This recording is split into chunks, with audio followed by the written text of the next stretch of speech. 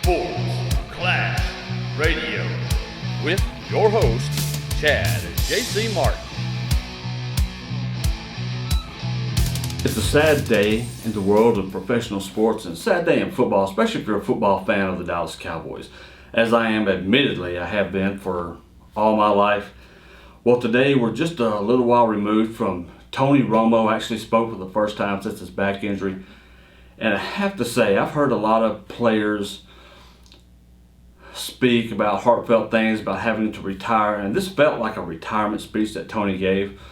But really what it was Tony Romo saying, I'm no longer going to be a distraction to the team. I don't want to be a distraction to the team, because he feels that there's something magical happening with the Cowboys right now. And I tell you, I don't get emotional about a lot of things, but if you can sit through that speech, and I'm going to put a link to it underneath the video in the description down below so you can go to it if there's one of you that actually hasn't seen this.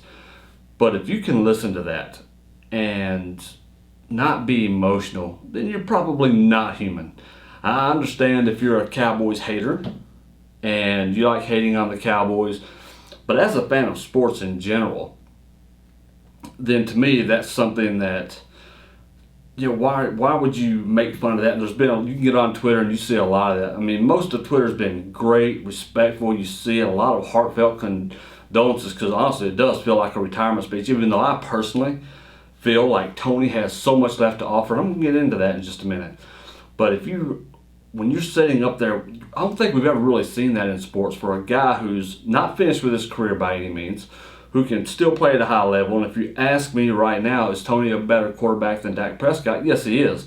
But that's not the point of the Dallas decision. That's not what they're doing. They're making the decision because they're on such a roll. The momentum is huge. Momentum is a real thing. And as much as I want to see Tony Romo win a championship with the Dallas Cowboys, you understand why they're going with Dak. You have to. That team is so gelled right now with that. And that's not to say we won't see Tony. That's not to say something couldn't happen. That's why you have a backup in all these situations. And I think that Tony has more to offer? I certainly do.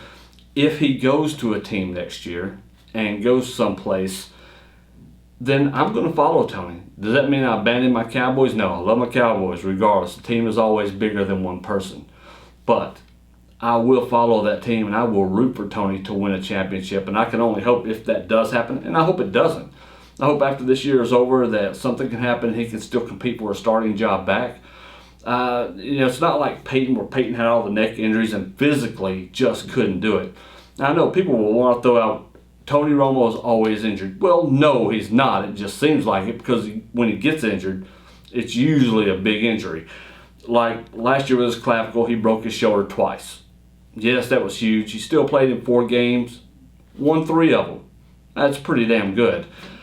The year before, he went 12-4. Got hurt, played through all that. Only missed 1 game, led the Cowboys into the playoffs, won a playoff game. Should have won 2. That's a debate for another time.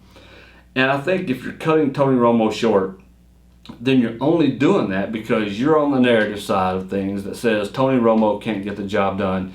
And I would argue that Tony Romo is the only reason the Cowboys have been as decent as they have been. He has had to carry, it's no wonder his back hurts, because he's had to carry perennially bad teams on his back to even get them to 8-8 in those years where they were just doing that.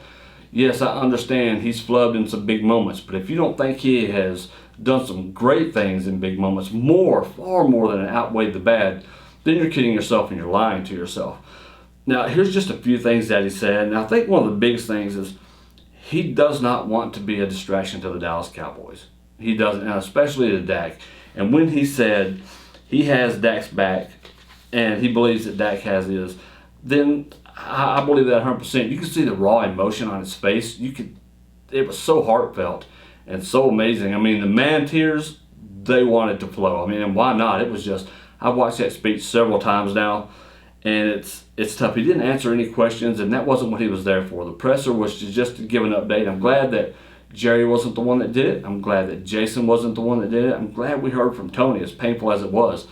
Now, I don't personally think it's the end of Tony Romo in Dallas. I don't think it's the end of his career, and I don't think it's the last we've seen of him this season. Yeah, people are going to say, yeah, well, you're going to see him on the sidelines. I think you're going to see him back in a game, because the first part of the Cowboys' schedule has been pretty easy. It's been a cakewalk, really, for a team as talented as they are. They've only played 2 teams. Well, they played 3 teams with winning records. They lost to one of those teams on opening day. The other 2 teams that they beat with winning records are also in the NFC East. That's the Eagles and it's the Redskins, who they're going to face again, who are only starting to gel themselves. This back half of the season, every team except one has a winning record. That's far different than the first 9 games they played. Now you can be able to argue, will Minnesota have a winning record when the time Dallas plays them? I don't think so. They seem to be trending down. Conversely, Tampa Bay could trend up. They looked pretty strong and have played pretty strong here lately. But we'll see. But those other teams, you're playing the Eagles, the Giants, the Redskins again, all going to be tough games. Having to go and play the Lions, another tough game. They're not out of the woods by any stretch. It's going to be an interesting back half of the season and see what happens with these guys. So we'll find out. But just some stats I want to throw at you, because people keep saying all these things about Tony Romo. They're saying, well, Tony's not this, he's not that, he's never been good. You're full of crap. Just straight up, you're full of crap if you actually believe that. It means you haven't been paying attention. It means you're one of those people who buys into the narrative that other people say, because one, you're probably a Twitter troll, or you're just a social, or you're a keyboard warrior who thinks that you know things, so you just want to have hot takes and spit out hot takes because you think it's cool and it makes you cool, and it really doesn't. But that's what you want to believe, so there you go. But for those people who actually pay attention, here you go. And if you haven't been paying attention, I'm going to lay some facts on you real quick. Tony Romo's all-time QBR rating is 3rd in league history. Number 3. The only people ahead of him are Aaron Rodgers and Russell Wilson. That's amazing. Tony's quarterback rating is a 97.1. That's more than Tom Brady, Steve Young, Peyton Manning, Troy Aikman, Roger Staubach, the Cowboy greats. That's more than anybody else. I mean, who has that? Tony Romo has thrown for 34,000 yards in his career. His 7.9 passer rating is number 2 in league history. That's yardage per attempt. That's craziness that you're averaging that much and you're ranked number 2 in history. Subpar quarterbacks just don't do that. And he's done this on perennially bad teams. When you're putting things in perspective, you don't have to look any further than that. He's thrown for 247 touchdowns. He's a 4-time Pro Bowler. His career passing touchdown percentage, he's number 17. He's got 5.7%. His touchdown passing percentage, that's pretty awesome. Fourth quarter comebacks, he's number 14 in fourth quarter comebacks for his entire career. He's ranked as one of the tops in the last 4 years. His completion percentage, 65.3% of his passes. That ranks number 4. He's tied with Peyton Manning. Only Drew Brees, Chad Pennington, and Kurt Warner are ahead of him. Everybody else is behind him. That's all the greats. It's Aaron Rodgers. It's Tom Brady. It's Joe Montana. All these guys are beneath Tony Romo. So if you think he's bad, he's not. You need to reevaluate some things. And again, his career yards per pass attempt, 7%. 7.09. That is insane. That's number 2 all time.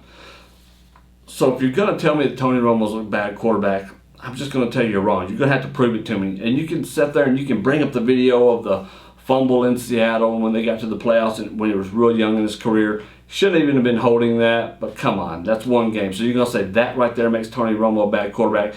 Every quarterback who's ever played this game has had bad moments. I don't care who they are. I don't care how great they've been. Everybody has had bad moments.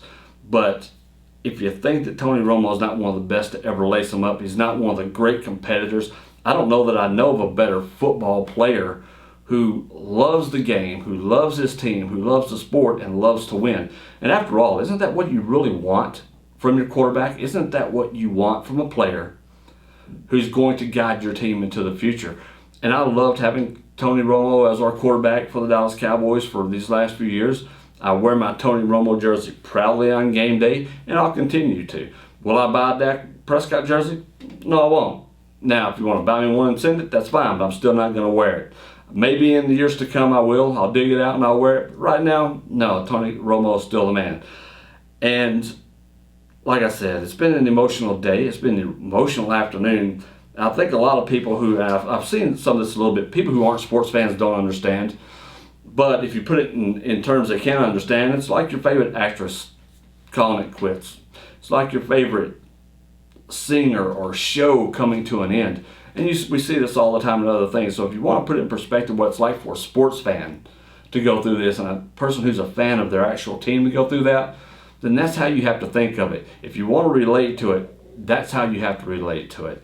Again, it was a powerful speech. I urge you to go take a look at it. I think you really should if you truly want to see a man who's passionate about his football team, but passionate about winning. And if you ever want to see what a true leader is, and if you're a young sports star and you're growing up and you're playing sports and you want to be a leader and you want to know what being a leader is, then you need to watch this speech from Tony Romo.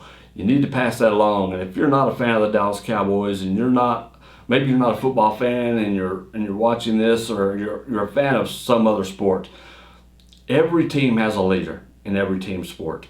And what kind of leader do you want on your team?